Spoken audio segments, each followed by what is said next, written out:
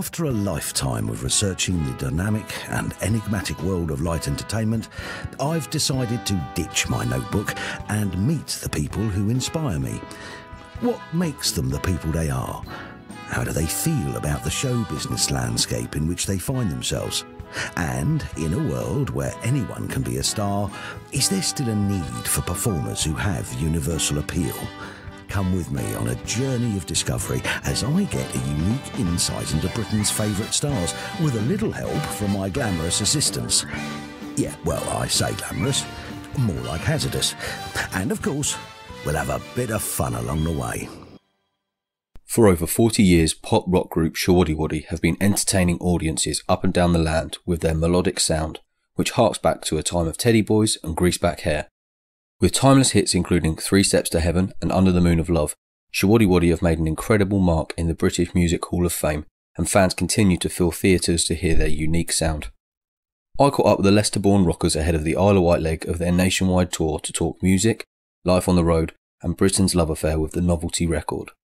Ladies and gentlemen, Rod and Romeo of Showaddywaddy. So, first question.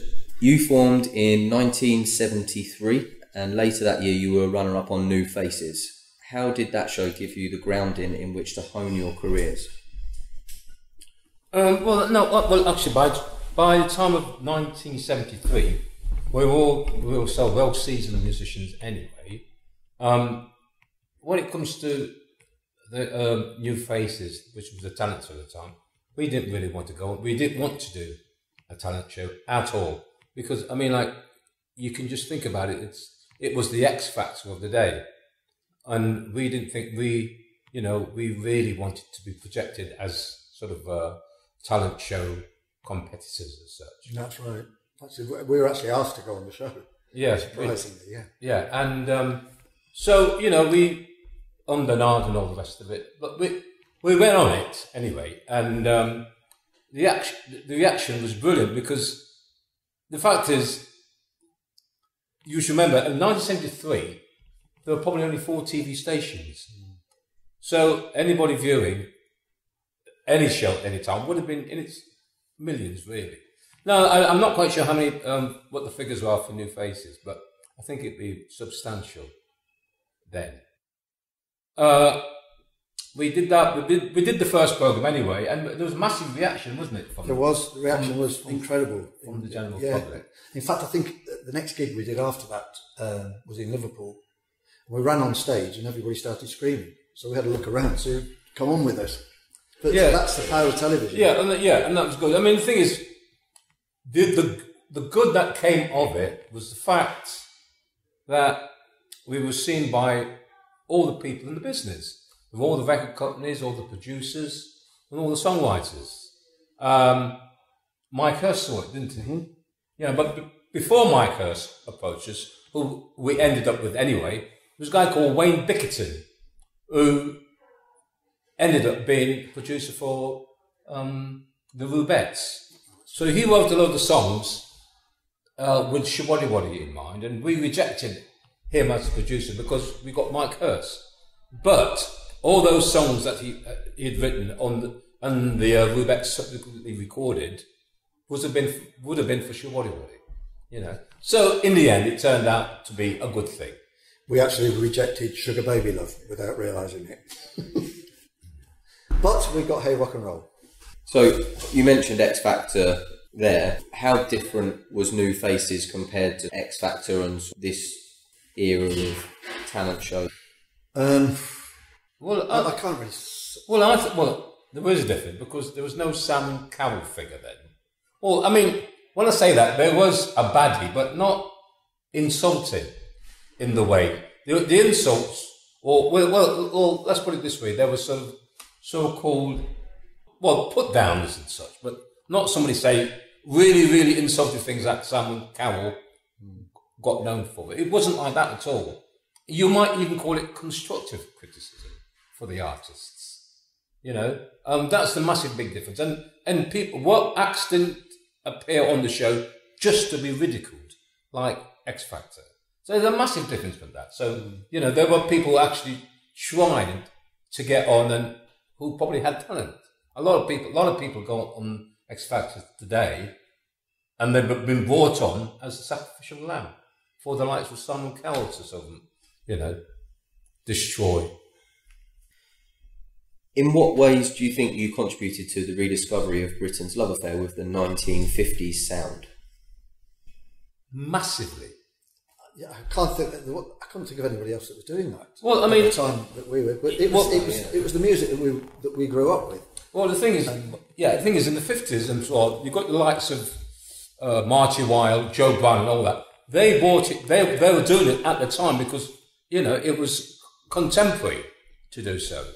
But you're talking about. I'm talking about like 10 years late, 13 years later.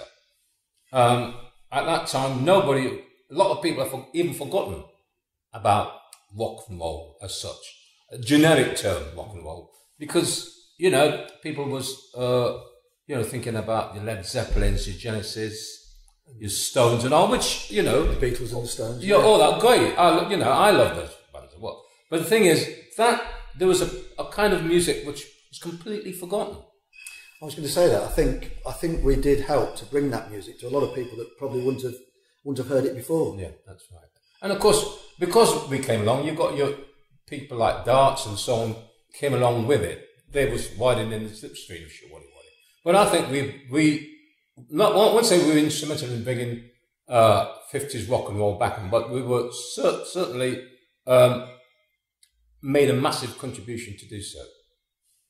And we've still got great fans now, which is incredible from 40 years. And your cover of Eddie Cochran's 3 Steps to Heaven was a hit in 1975, reaching number 1 in Ireland and number 2 in the UK singles chart. How important do you think that song in particular was, making Showaddywaddy an even more recognised name? And was that sort of the catalyst? No, well, I don't think. No, I'm not quite sure about the catalyst. Well, I mean, the thing is, it was number 1, wasn't it? On the Mood of Love was the one that really did it. Yeah. Basically, 3 Steps to Heaven is great song. We loved it. It's one of my favourites as well. But I think really, if you talk about mass acceptance, it would have been, Under the Moon of Love. Mm-hmm. Though I mean, I think other acts had done 3 Steps to Heaven without success. I think Mud did it before we did, actually. I think Mud, I think they did. Or was it Under the Moon of Love? No. Oh, that was different. Yeah. They probably did both. I think, whatever. But no, I don't think it wasn't 3 Steps to Heaven anyway. To me, it was Under the Moon of Love that really made the band what it was. Even though the first 3 or 4 hits were self-penned. Yeah. However, Hey Rock and Roll Lady, and a few others. Yeah. Sweet Music, all those, they were self-penned. We had some great songwriters, a couple, Dave and Trevor in particular. For some reason, we got this reputation of being a covers band, but we had a lot of original material, which was singles or album tracks. Mm. Why do you think Under the Moon of Love was so synonymous with you? As you say, other people have sort of covered it as well. Yeah. Well, it was such a great song. I mean, I really can't put the fact that it was just a great song, done in doo-wop fashion. Yeah. Good producer. Good producer. I mean, we stuck faithfully to the recording of that song. We did. Because you couldn't change it. If you wanted it, and we wanted to put it out as a single. And, the record company loved it straight away. And really, if anybody talks about Showaddywaddy, that's the song people will always mention anyway. So in recent years, the sort of novelty records have been subject to some scrutiny among hardcore music folk. Where do you stand on the novelty record? Well, I mean, I would never criticise or knock any of the artists anyway, because they're doing what they're doing. Mm-hmm. I don't buy novelty records. I wouldn't buy one, but I wouldn't knock anybody for doing so. Everybody has, a right to do what they want to do. That's right, absolutely, yeah. Because a lot of sort of cover bands, it always seems to be a sort of, they'll go down a novelty song route, so they'll go after one that will attract a lot of people. It's not something that we've ever done. I mean, all we ever tried to do was bring those old songs that people hadn't heard and just give them a newer treatment. Yeah. I mean, I think you probably need to define what you really mean by novelty, because when you say novelty acts, I mean, what do you really mean? Sort of the acts that come in and out of fashion. They come into fashion and then they'll maybe do a cover, rejuvenate one of those old songs, and then float back out again. I think what happened there with these acts is the fact they get picked up by the record company. I mean, it's not the acts' fault. I mean, there are some acts, a lot of acts, to get a hit record, because they would be like driftwood. And suddenly they're grabbed by the record company because the record company see a commercial angle. They use that band to do that song, whatever it may be. And of course, they're instantly disposable. I mean, that's basically what it is. But having said that, that's the way the business went anyway, whether you agree with it or not. I myself wouldn't do it. I don't buy novelty records. I would never do that. But it's up to the individual, isn't it? So, 40 years later and you're still on the road. Though over time members have come and gone, how do you cope with the changes and how do you have to adapt to incorporate new members? Well, I mean, everybody that's joined this band has joined it because they wanted to. So they've all had something to offer. And we have fun, we've always had fun, and we're just having fun with the new guys.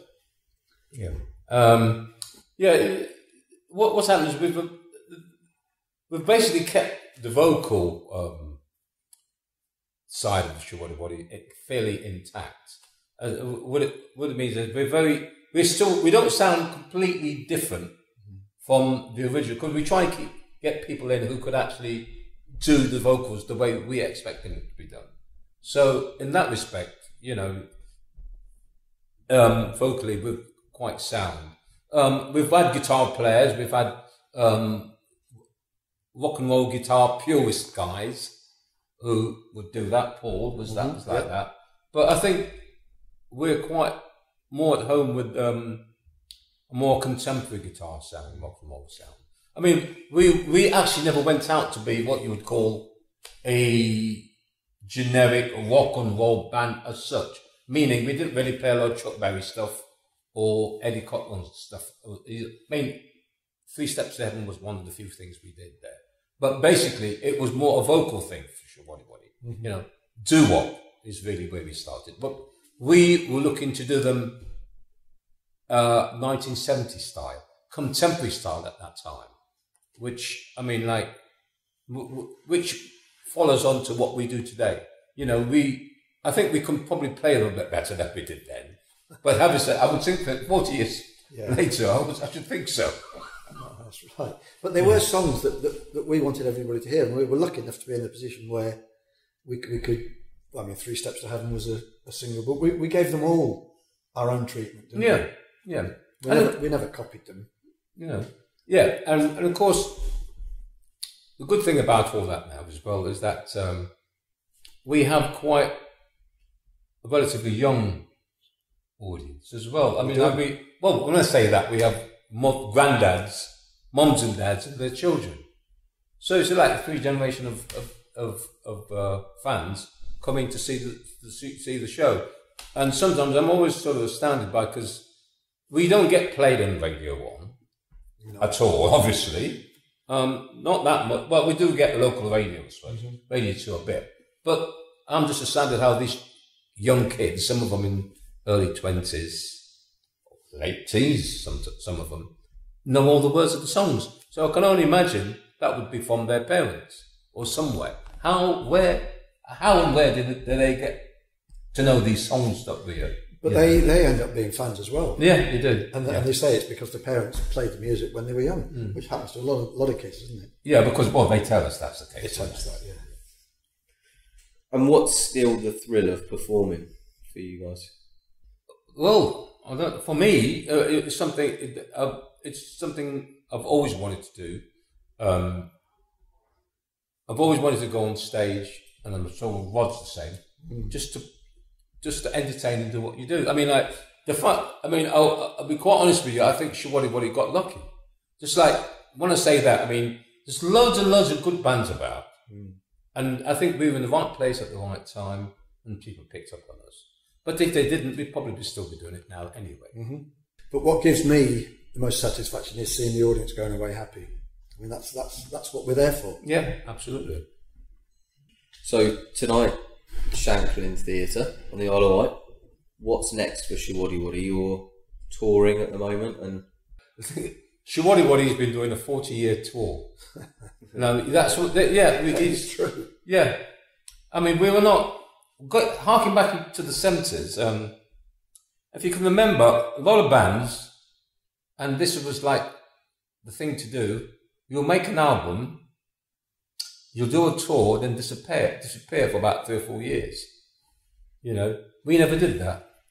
We did a tour, an album, tour, album, single, tour, album, single, tour, blah, blah, blah, blah, blah, blah, till we are today. We've always done that. We never sort of say, oh, we want to take years off or what. It's what we do, you know. But the thing is, these very same bands who were resting on their laurels because they sold a lot of records, I've had to come out the woodwork now because nobody's buying, unless you're Adele or Beyonce or all these, you know, the massive big superstars. They're the ones who are selling records. You have to now go out and do a gig to keep the whole thing going. so more of the same. Yeah, a lot more of the same. Fantastic. Thank you, guys.